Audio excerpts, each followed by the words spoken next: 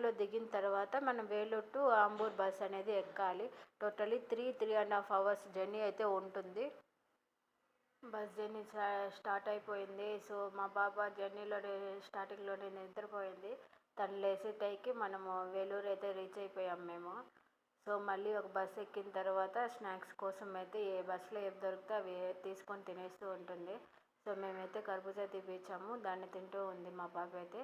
Finally మేము ఆంబూర్కి అయితే సక్సెస్ఫుల్గా రీచ్ అయిపోయాము. సో ఇక్కడ ఫేమస్ వచ్చి లెదర్ షూస్ అండి. లెదర్తో సంబంధించిన ప్రతి ఒక్కటి అయితే ఇక్కడ అవైలబుల్లో ఉంటాయి. సో మేము టెంపుల్కి వెళ్ళే టైంకి